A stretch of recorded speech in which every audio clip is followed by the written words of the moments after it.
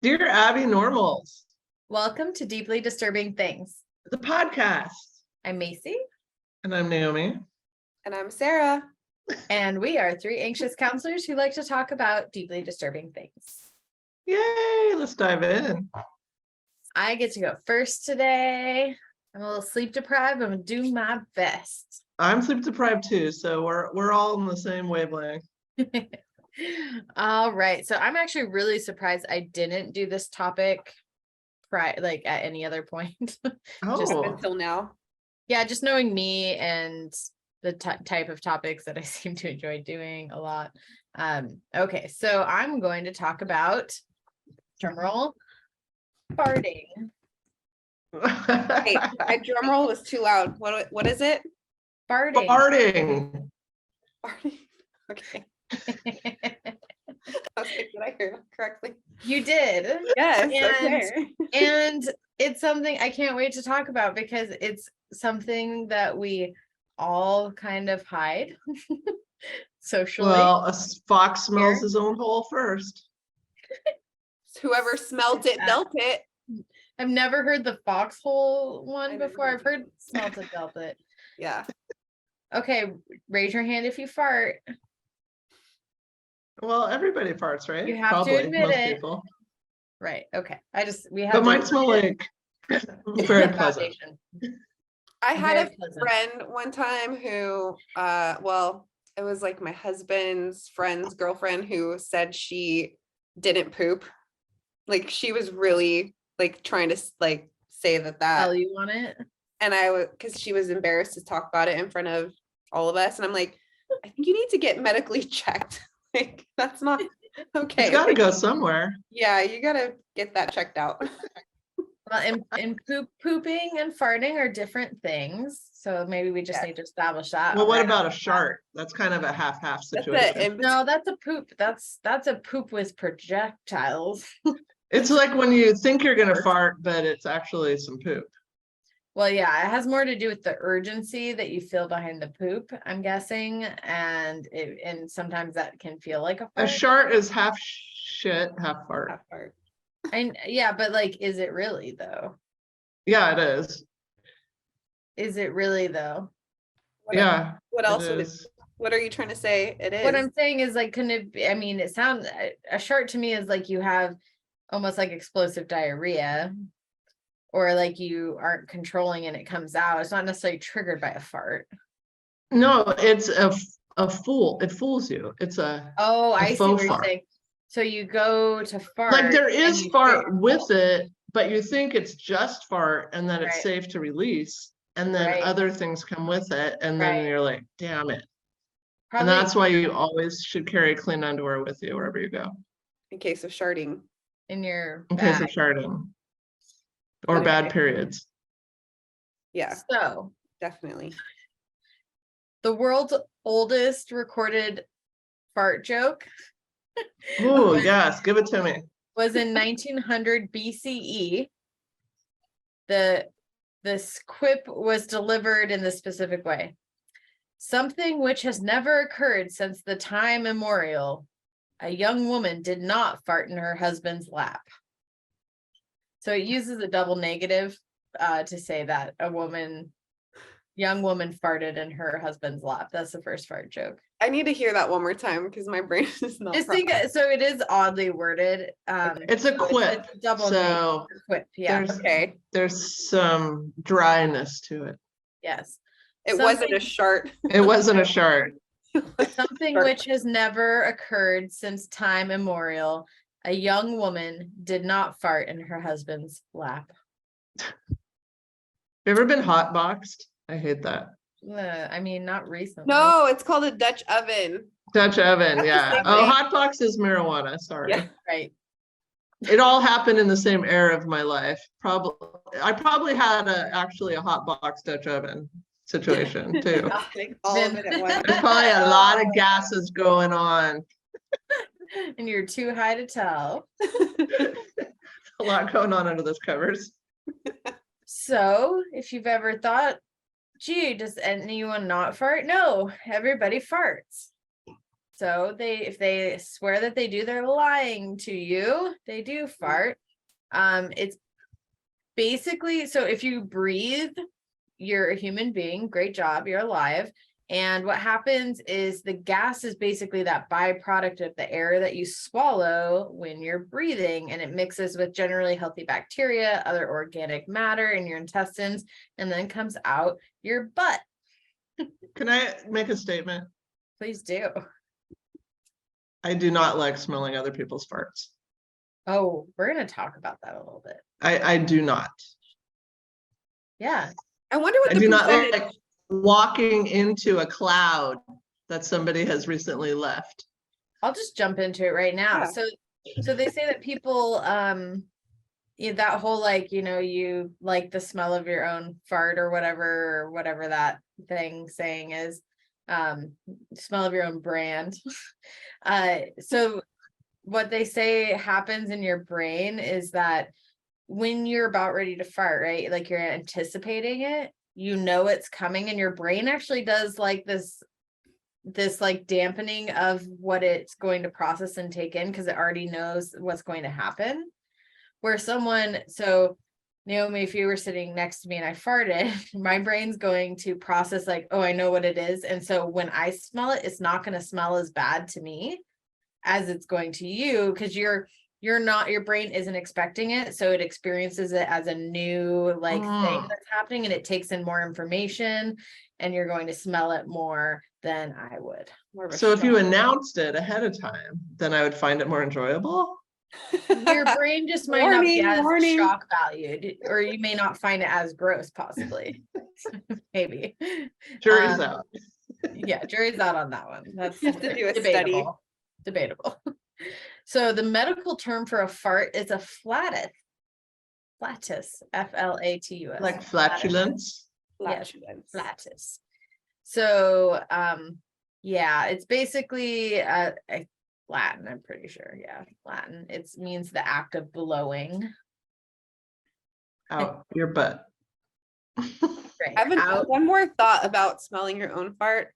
I would also think that it's one of those things where you want to be able to smell what's going on to make sure that things are okay with your body, or that, I don't know, that maybe like a health assessment. Yeah, kind of like a health assessment. Exactly. Yeah. So that's more of like that reason to partake. I mean, I don't know how accurate that is. So we'll get to the smell part here in a second. Okay. But I mean, that's a fair guess. Maybe I shouldn't have had that cheese. Oh, the broccoli. Oh, I mean, and maybe, right, because of certain things that you eat. Yeah. So we fart about 14 times a day average. Whoa, I've never done a count. I know. Now I feel like I need to do a tally now. It feels high to me, but I'm like, well, maybe not. Because they say like oftentimes like you may not even be aware that it's happening. Like if you're active and like doing things. Based on what you eat too. Right. You have worse days than others. And it's pretty normal too to have up to like 21 farts a day. Right. So what's the most? I definitely want to know where I stand in this. These stats. Legitimately don't know what's the most farts. I know. I'm gonna start keeping a notepad with me. You have to count tallies. Oh, there's one. Yep. There's one. So how do you judge one? Because sometimes you can split it up. Well, and you may not know when it's happening. So they say that it can sneak or it can leak. So that's right. Aside from just the ones where you're like, I farted, there's like ones that sneak up on you. I'll be vulnerable here and say once there was one that woke me up. It was so loud. Like I woke up from it. I woke up with like hearing the echo of it. That's great. Like, damn. I think I wasn't having a sleepover. A new guy with you. I would deny everything. It was all you.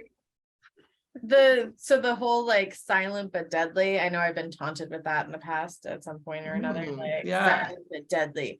So is that true? It's has more to do with, again, what was eaten. So for the smell, so 99% of what makes up a fart has no smell. So it's made up of nitrogen, oxygen, carbon dioxide, hydrogen, and methane. All of those are odorless gases. So a fart in its essence and most purest form, 99% of it, has That was very poetic. no smell. This is science. This is biology. And what happens though is that what you eat is kind of that last thing in the mix.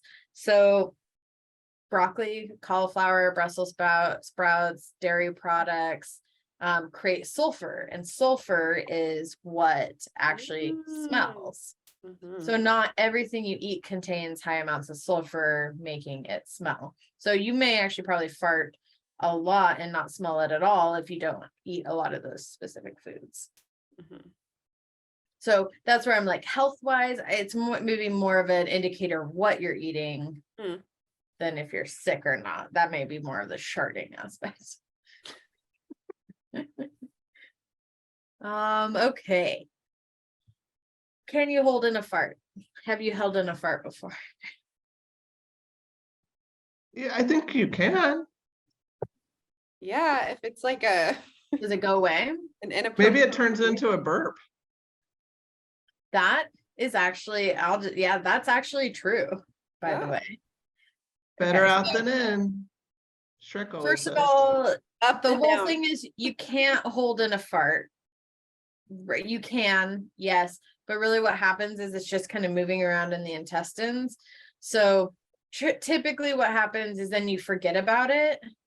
Your sphincter loosens up a bit and you have a silent fart, or you hold it up and it builds up pressure and then you fart. It's actually way worse than it would have been originally if you had just let it out in the first place. So that's typically what happens. Like it's going to come out. Better to like sneak a squeak. Right. So Claire Collins, professor of nutrition and dietetics, I was right, at the University of Newcastle, said holding on too long means that buildup of intestinal gas will eventually escape via an uncontrollable fart. So, maybe don't hold it in. It might make it worse. So if you continue to hold that fart in, it can leak out of your mouth. Through a burp. Yes. So holding it in for too long can mean the gases will get reabsorbed into your circulation system and actually leak out of your mouth. A nice mouth air biscuit. So it's the same gases, just out the mouth. Okay. But so, I have a question. Yes. So why is the smell different coming out the mouth than out the butt? Because of the intestines are all like, bacteria-y and Well, other. because you're baking brownies one end, not the other end. Well, it has, so yeah, I mean, probably that too. But I think it has more to do with, so what's being reabsorbed isn't maybe necessarily the sulfur and stuff, because that's going to come out. I don't know. That's a good question. Some people burp and it stinks, so I don't know if that's related or not. It's definitely a different bad smell though. Yeah, I mean, it's definitely not out your butt. But yeah, like you were saying, there's poop stuck in there, so it probably right collects that too. I don't know. And maybe it's so diluted by the time, like, it goes back through the circulation system, like maybe it gets diluted in that process. I don't know. To be explored further. It's fascinating. It is fascinating. I didn't know that at all. Okay, Shakespeare had fart jokes in his writing. So Comedy of Errors, the character Dromio of Ephesus says the following: a man may break a word with you, sir, and words are but wind. And break it in your face so he break it not behind. Good one, Shaky. Or not too far. Yes, that is the question. Another one by Geoffrey Chaucer. had a character that said, "Let fly a fart as loud as it had been a thunderclap" in the Canterbury Tales. And Mark Twain, Catcher in the Rye. There's a like farts are talked about a lot in Farts are funny. Farts are funny. Some would even say farts are romantic. No, I wouldn't go that far. I'd say funny, yes. Like you can't help but laugh when. So James Joyce, who wrote Ulysses, another classic, talked about farting a lot. And he would write, they said his were more romantic. It was often like him writing about his wife. In one letter in 1909, he used the word fart a total of 10 times in a letter, and mostly in like an X-rated context for the times. He said, "I think I would know Nora's fart anywhere. I think I could pick hers out in a room full of farting women." He described it as a rather girlish noise.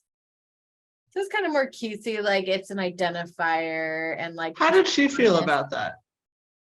Nora had no words to say. Just I want to hear Nora's side of the story. Believe it or not, farting can be a fetish. I'm sure. Shocked. I'm not shocked. Right. That was my reaction as well.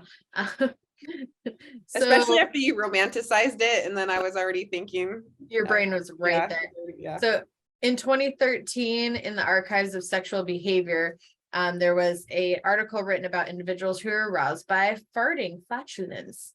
It's known as eproctophilia. And that's as far as I was looking into that. I didn't want to Google it. I didn't want to go there. Okay, so this is pretty relevant to counseling. One woman who was having obsessive thoughts about farting, that she was going to fart and not have control over it, was given exposure homework to try to fart as hard as she could. I don't know if, see, that's the thing with the sharding and the farting. I don't know if you want to like try hard. You don't want to push. Yeah, it seems risky. It was helpful to her. I know, but the pushing, risky, yes. I don't think we need to be like forcing it. Just let it out. You don't have to push. Do people have fart phobias? Like, are they scared? Is it more of like kind of that lady was scared to? It was more probably the social fear of farting. It would be my guess. Like intrusive thoughts, like, oh, I'm gonna fart and won't be able to control it. Then it was like, try not to control it. Try to fart all the time. That sort of thing. Yeah. Interesting. Yeah. The Canadian Parliament argued on the floor about the word fart because somebody said, what did they say? Somebody said, "Why does the government treat Alberta like a fart in the room that nobody wants to talk about or acknowledge?" And like it made people really upset. And they said it was distinctly unparliamentary to say the word fart, and she spelt it out. But why don't people like? Why is there such stigma around it? Good question. Because it's probably the butt. Nobody wants to own up to it. I mean, usually, I mean, some people are. Some people are proud. Like, yeah, that was me. Right. You know, loud and proud. Like sex topic, as it were. Right? Like some people are ashamed of it, and maybe that's cultural too. I say a lot of people. Probably the most normal place I've been where it's like a normal thing is like yoga world. Oh yeah. I would still giggle that because I don't go all the time, so that would make me laugh.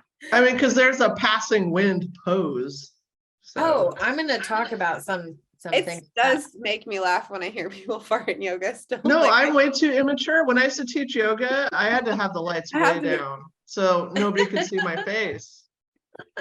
I have an idea of why people, I think, become ashamed, because since it smells bad frequently, and then other people around you would be like, ew, react. And kind of like, it's like a rejection almost, like there's a rejection piece of it. And so that people are like, I don't want to be rejected. No, people want to belong. Yeah. Belong. That's why Nobody wants to be ostracized and embarrassed. Gerald Ford, our 38th president of the United States, when he farted, it was documented that he would blame one of his Secret Service agents, saying, quote, "Jesus, was that you? Show some class." Oh my God, that's totally my style. Like blame the dog.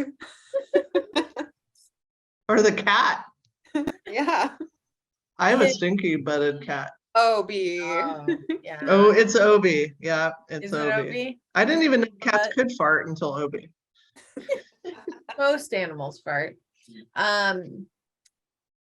One boss in Australia got sued for farting too much. So his employee said that he would come around his office and like basically torture him with farts. They did end up saying that didn't rise to the level of harassment. In Germany, there's been they'll fine you potentially up to 900 euros for farting at police. There was a whole trial called the Crazy Toot trial. Oh. That had 23 law enforcement officials involved and had a huge debate over wasting public spending. Mm-hmm. Yep. Performance art. So if some have turned farting into by sucking air into, this is Joseph Pujol. He would entertain his customers by sucking air into his rectum and expelling it in a way that he could make different instrumental sounds.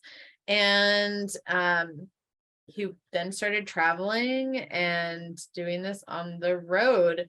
And let's see here. There's England's Mr. Methane, aka the King of Farts.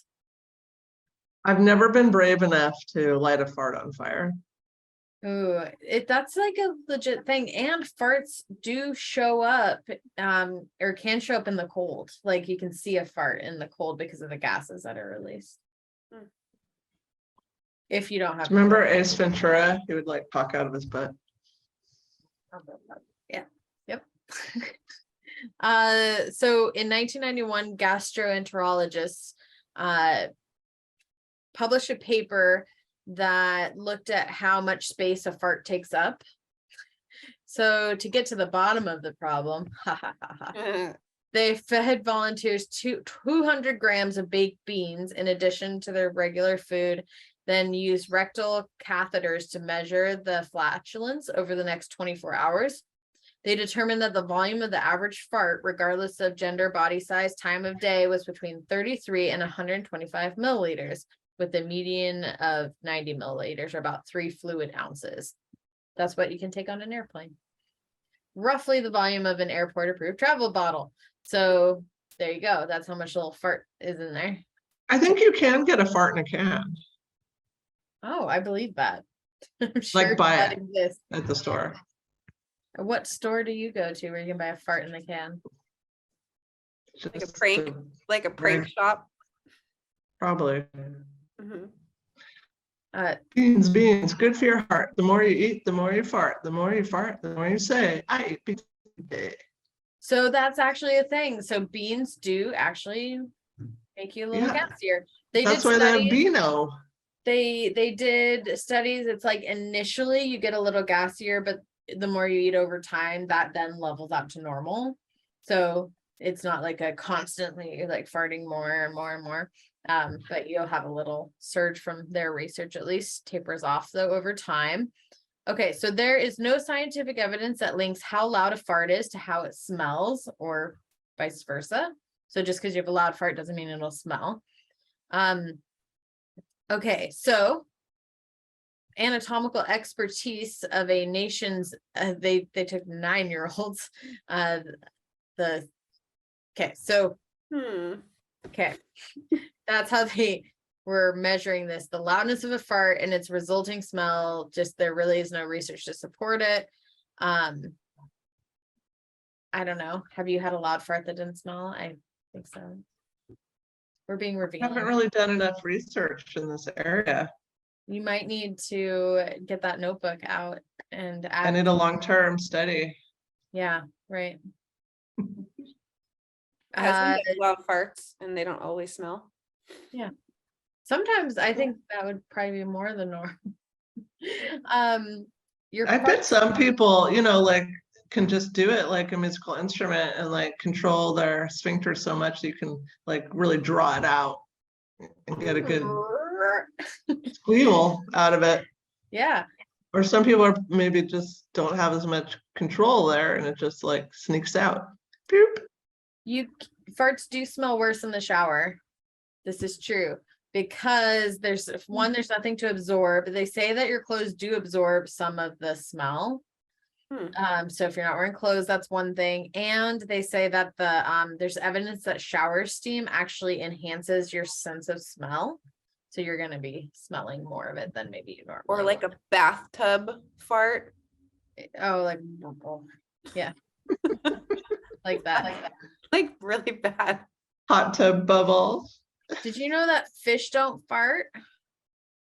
No. And so fish in northern Mexico feed on algae and can accidentally ingest the gas bubbles. This can become so dangerous if the air finds its way into their intestines. Fish fart. Birds don't fart. So the fish have to fart to get it out or they will actually die. Like that's how crippling that is. But yeah, birds don't fart and sloths don't fart. I thought that was interesting. Yeah. So one of the most notorious animal farters that take up 1 to 3% of our whole global methane emissions. What do you think they are? Everyone says cows. That's not cows. It's not cows. Why do cows get blamed for like a lot of the world? Yeah, this is 1 to 3% of global methane emissions, and it is elephant termite. What? Right. Termites fart? Yes, so they may be small, but termites live in colonies. Weird. Millions. So when each termite lets off a half microgram of methane per day, it adds up to about 20 million tons of methane per year. It's very interesting. Right. You wouldn't think that at all. Nope. But yeah, let's see here. Octopuses don't fart. Soft shell clams don't fart. Sea anemones don't fart. Birds, sloths. But most do they say why? Like, is there something going on in there? Do fart? Is there something in their digestive system that's different, like a different setup? Did it talk more about it?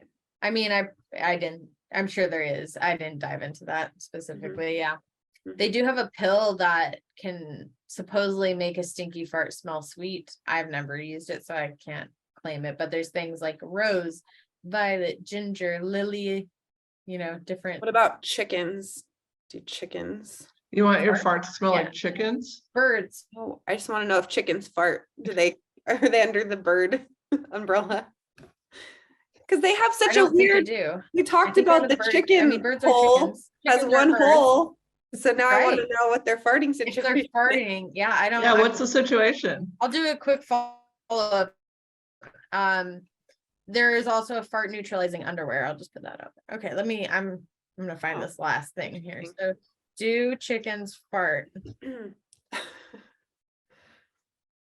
Chickens can't fart. Why do they have a digestive system that moves food and air through the intestines.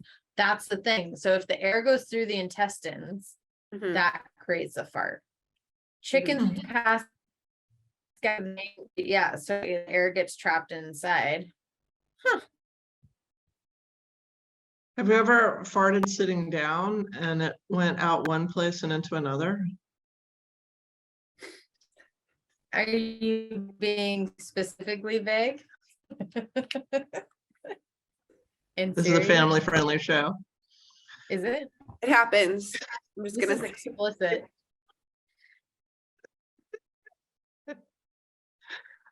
I think that is a great topic. This is a great topic. Yeah. I have a show and tell. What? Are you gonna fart right now? Oh no, but I do have a show and tell for you guys. So I'll go get it if you. I didn't know. Is it related to fart? Yes. What are you gonna go get? You'll see. Just talk amongst yourselves. I'll be right back. Underwear with skid marks? I don't know what she's gonna go get. Okay, all right, go ahead. Go. All right, tell us. Maybe she has a fart in a can. Oh, I bet she's gonna get fart putty. Macy, you're all frozen. Maybe. Just on hand. My internet's unstable and I'm not sure why. Okay, are you ready? Is it fart putty? Are you excited? Yeah.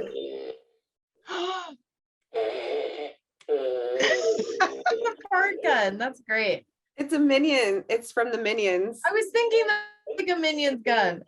Does it shoot out a smell too? Yeah, well, I think when we first got it, it has like a banana scent to it. But yeah, we bought this at in Disney World. I love it. I thought you were getting fart putty. I was wrong. That's awesome. Oh, yeah. There's my I love it. So you may now be asking yourself, well, what can I do about some of these things? How to make yourself fart so you don't get all pent up and uncomfortable. So yoga, like you mentioned, is super good to help you pass gas. So there. There you go. Carbonated beverages help. Chewing gum may help. Dairy products may help. Oh, I can't. Fatty or fried foods. That does opposite. Dairy. Fiber. Yeah, exactly. I'll get the bubble guts. Sweetener. Okay, so if you're on the other side, if you need to fart less, here's some ideas. Cutting down on these specific foods might help. High in sulfur foods. Here we go. Cauliflower, cabbage, broccoli, kale, Brussels sprouts, artichokes, asparagus, apples, pears, peaches, beer, carbonated drinks. I've heard Grape beer foods, does cheese, give people ice cream. beer farts. Yeah.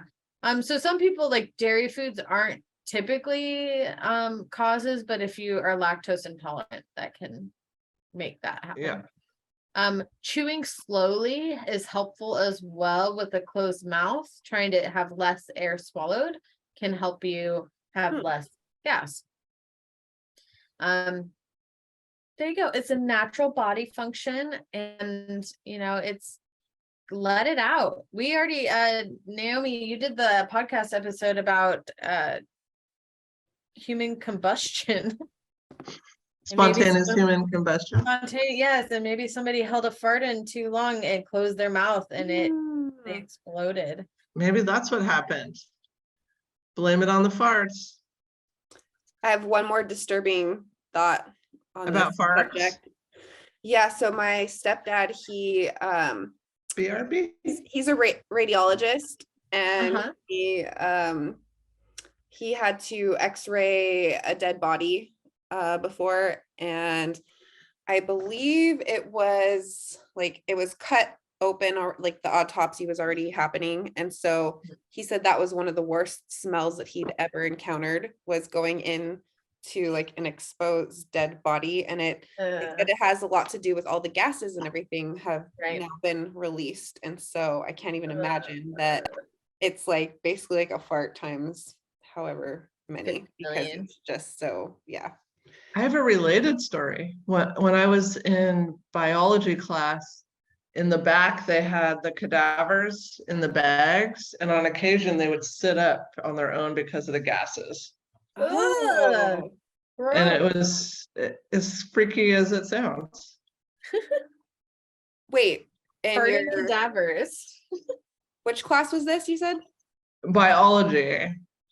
So there were cadavers in the back. They were in like black bags, and on occasion they'd like go like this. Actual bodies, actual dead bodies. Actual human. Go to? I was thinking animals, but you guys were humans. Yeah, it wasn't my class, but it was the same. We shared the same lab. I didn't take that class, but with the medical students, they were in these like cases with glass windows, and on occasion they go. No, they would move, on their own, and the teacher said it was because gases in the bodies. That is terrifying. No, how would you be sure? Yeah, I know. I would want to check. You can never be sure. You can never be sure. Never be sure. All right, your turn. This is such a fun, lighthearted topic. I hate to switch to mine. Mine's so dark. That's fine. Is Light it? and airy. That's how I like to keep it.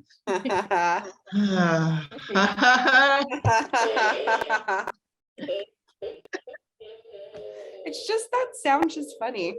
Farts are funny. No, farts are funny.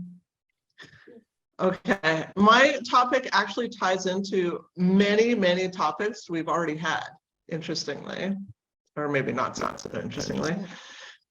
Okay, I'm going to talk about snuff films. Oh. I know, a big old 180 here.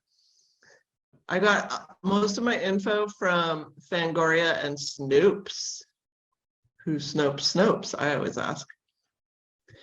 Here is the very specific definition for snuff films.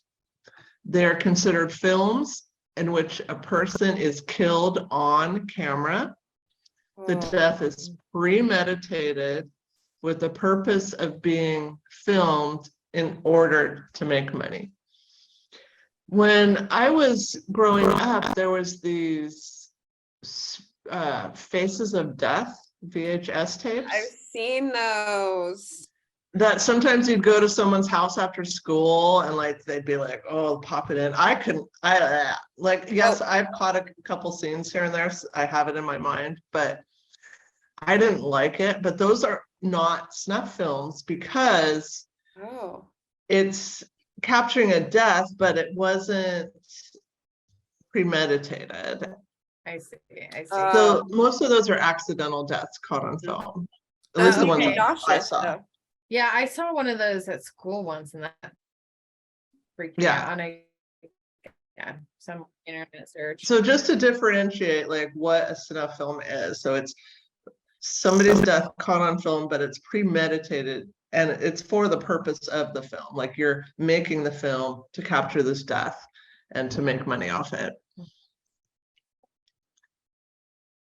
So there's been lots of real deaths, unfortunately, caught on film. A famous one is in the Rolling Stones concert film, Gimme Shelter. They had hired the Hells Angels to do security, and the Hells Angels in the film are caught on camera beating on a concert goer.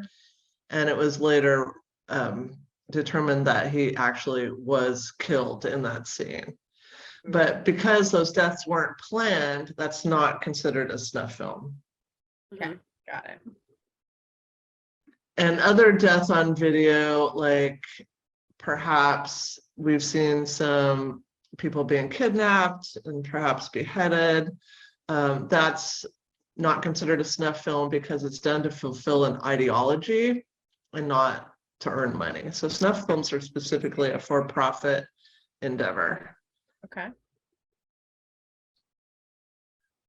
So the term snuff is difficult to trace exactly to its source, but it's thought it came out in the late 60s related to Charles Manson family. So I did a topic on Charlie Manson because Manson and his followers stole an NBC News truck that was loaded with film equipment. And there was a rumor that they had filmed a snuff film and then buried it in the desert, but nothing was ever found. But that name, snuff film, had stuck. So then later, there was a filmmaking team, Michael and Roberta Findley. They decided to go to South America and shoot a Manson-themed hippie cult slasher flick called Slaughter. So it wasn't apparently this like film, but it really did give someone else in the film exploitation market the idea. And so what he did was hire somebody to film another 5 minutes of footage and paste it on the end of Slaughter. And they did it in a way with like camera angle switching, making it look like they just let the camera roll and they were like done filming. And so it was catching like some behind the scenes accidental thing where somebody gets killed. and then they let like the film kind of run out to make it seem like the only reason it stopped was that they ran out of film. So that film is actually called Snuff now. It got renamed, and it's really marketed as being the bloodiest thing that ever happened in front of a camera. The picture, they said, could never be shown. Filmed in South America, where life is cheap. Isn't that horrible? Mm-hmm. So even though it wasn't a real life snuff film, and I haven't seen it, but I guess it's pretty obvious that it's fake, people really were curious enough that they went and saw it, and women's organizations ended up protesting it, which, no press is bad press, so that really just added to the allure of it. Mm-hmm. So since this time, like late 60s, where this term snuff came up, there have been all kinds of these like hoaxes, fakes, and investigations that have not ever turned up an actual snuff film. I was so surprised by this because I had always thought it was a real thing. Like there were snuff films out there. And if you just, knew to access it, you knew the right people, So there are, you could see so one. like It's a lot of them are fake, but there's got to be some real ones. According to my research, not one actual true snuff film has ever been discovered, which I was really surprised and shocked by. Interesting. So there's been lots of these like fake ones though, and two that are often cited are also from South America. One is called Snake Feast, about young girls being eaten by a giant snake, and the other is called Gator Bait 10. I love these names, in which 10 girls or young women are being torn apart by a pack of alligators. So no evidence of either of these films exists. So there's a lot of hearsay and rumors and this word of mouth that these films exist out there, but there's been no proof that's been found. Weird. So I would just assume that there would be something out there on the internet. On the black. You would think. dark web. So to tie into Macy, your topic from a couple weeks ago, in the 80s, there's a film called Cannibal Holocaust, which is supposed to be super gross and nauseating. That does not show human deaths, but does show animal deaths. But it's purported to be showing human deaths. And this is, I guess, the first found footage genre film. Where it follows a group of explorers who go into the jungle, like Blair Witch Project, where you like that's what I was thinking. Find the film later and like you watch it and you're like, what happened to them? There was another one with aliens. That was a good. What was that one? That found footage. Asher, what was that found footage one with the aliens? What? Cloverfield. Did you ever see that one? Oh yes. That it's good too. Similar, where you're watching film that supposedly was found later and finding out what happened to them. So even though that film, Cannibal Holocaust, didn't show any humans being killed, people really thought that it was just completely uncivilized. The director was arrested. He was charged with obscenity related to the animal death. And a French magazine suggested the film was genuine snuff. And so they really did this deep dive investigation. But when they've discovered the murder victims were actually alive, then the charges were dropped. So lots of people thought that one was real, and then it turned out not to be. There was these Japanese guinea pig film series, which I'm a little offended as a guinea pig lover that title is used for these films. And I guess they featured 45 minutes of a guy dressed as a samurai dismembering and disemboweling a young woman. And apparently it was so realistic that Charlie Sheen, who came into possession of a copy of the film, thought it was real and turned it over to the FBI, who investigated. But it was determined that it was not real. So it makes me wonder about things look very realistic. It makes me wonder about Charlie Sheen, because why was he getting a copy of this? He was probably out there getting all his weird films, and then he'd been watching them for a long time and like, this one seems really realistic. I better turn this one in. But like, why that one? Because he knows the difference, like, because he'd been watching a lot of that. I've just heard weird things about Charlie Sheen, so I don't know.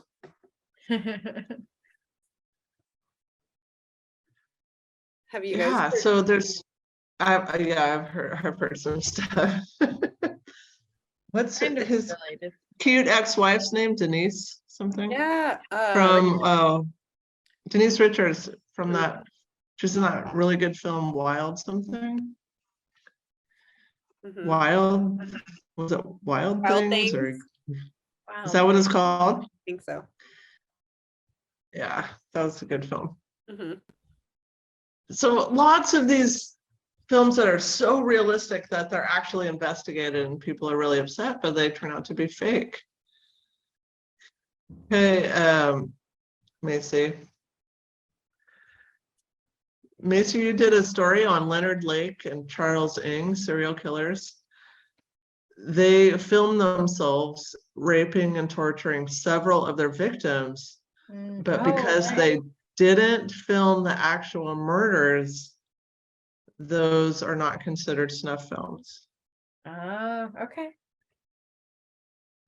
See, I thought that that's what snuff films were. It had to be connected with some kind of sexual deviance and possibly rape ending in murder, not just and murder film. Yeah. And I think commonly that is the conception, that there is a sexual aspect to it, sexually related torture, abuse, culminating in a killing. But there just hasn't been that evidence ever. It's like such a strong urban legend that I just fully believed that it was real, that they existed out there. Yeah. Okay, Macy, another one of your topics. Oh, sorry, I'm having technical difficulties off the side here. I don't know. Off the side. I'll wait till the children leave before I talk about I know, that's why. Sorry, hold on. No, this is not kid friendly. What I'm about to say. Go. I'm trying. Okay. I'm trying. All right, we're good. He had to get Gosh, something in here. Mini me. He's so cute. Thank you. Okay. Macy, you're gonna have a remembrance of one of your topics here in a minute. Okay.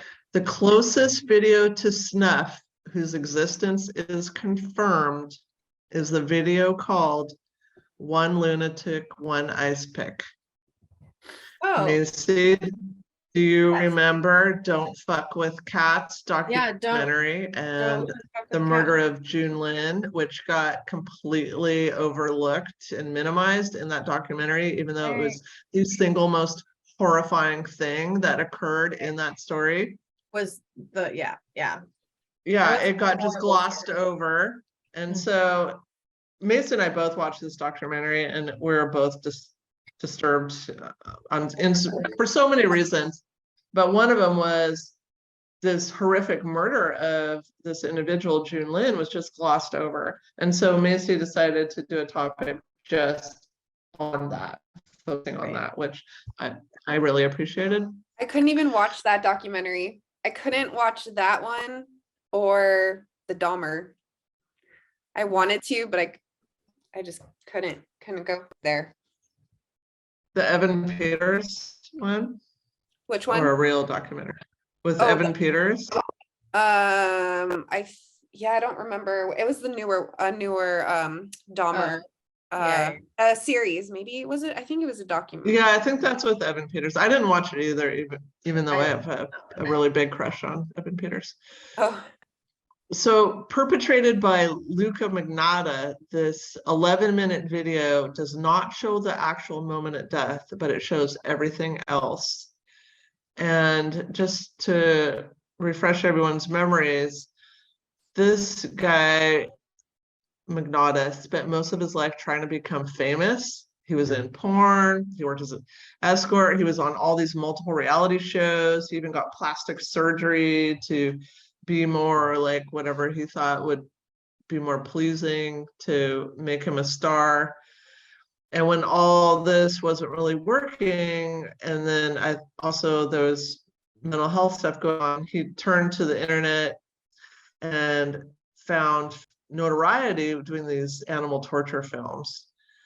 But then he filmed this piece, One Lunatic, One Ice Pick, this film, to a gore website in 2012.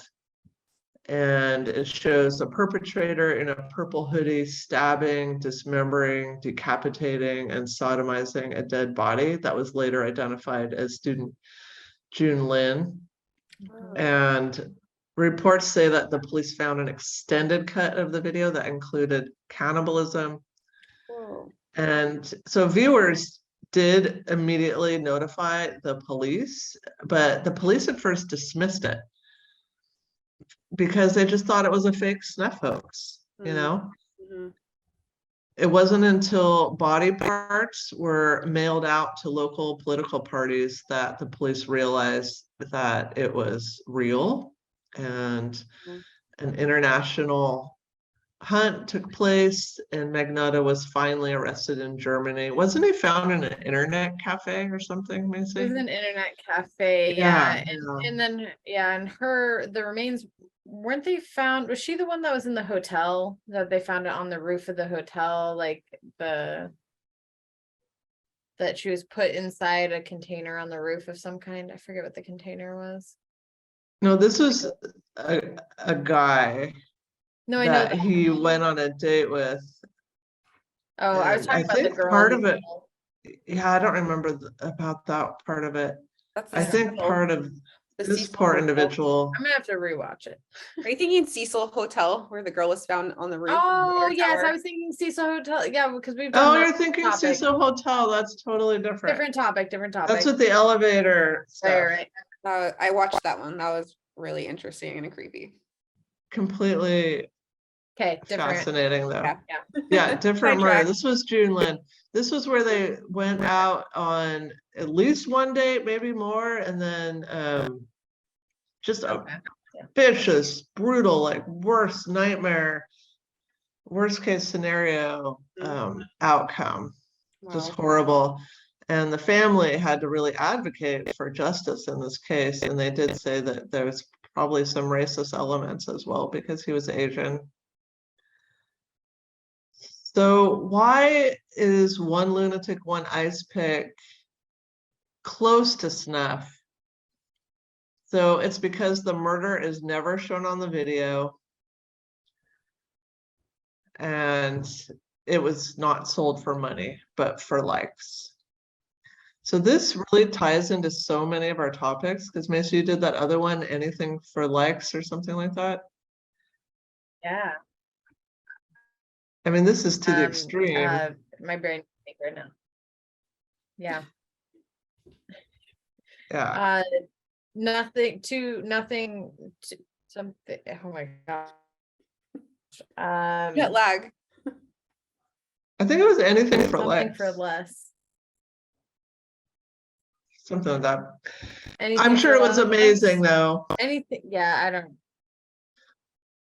I haven't slept. I haven't slept either, but I'm on my second wind. I brought wind back. Oh, can that be the name of our podcast? Oh, you brought that wind back. Second wind. That's great. Second wind. Write it down, Sarah, because we'll forget. Write it down.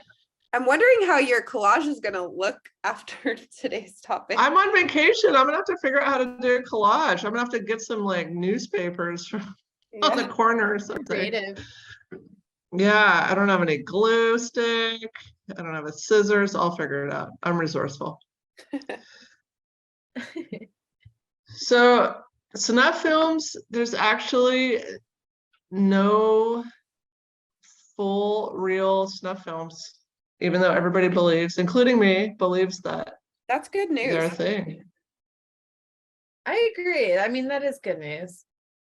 Almost as good as finding out that a lot of the candy, people weren't messing with the candy. Oh, the Halloween candy. Yeah, like it's it's just not like as prevalent as people are worried about. Yeah. Exactly. Yeah. Yeah. Well, that's it. Cool. I don't even remember what my last topic was to like tell people to listen to it. I'm gonna have to look it up online. What did we talk about? Oh yes, no, was that when I talked about Mother Shipton? And yeah, was yours Mother Shipton? Drag. Oh yes, and I talked about